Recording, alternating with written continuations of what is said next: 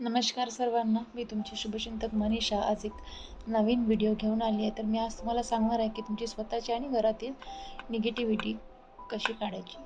सर्वात प्रथम आपलं जे सेंधव नमक असतं ते आणि किंवा पांढरं खडे मीठ याने तुम्हाला दररोज पाण्यात टाकून आंघोळ करायची आहे. त्याने तुमच्या शरीरातील नकारात्मकता निगेटिव्हिटी निघण्यास मदत होईल.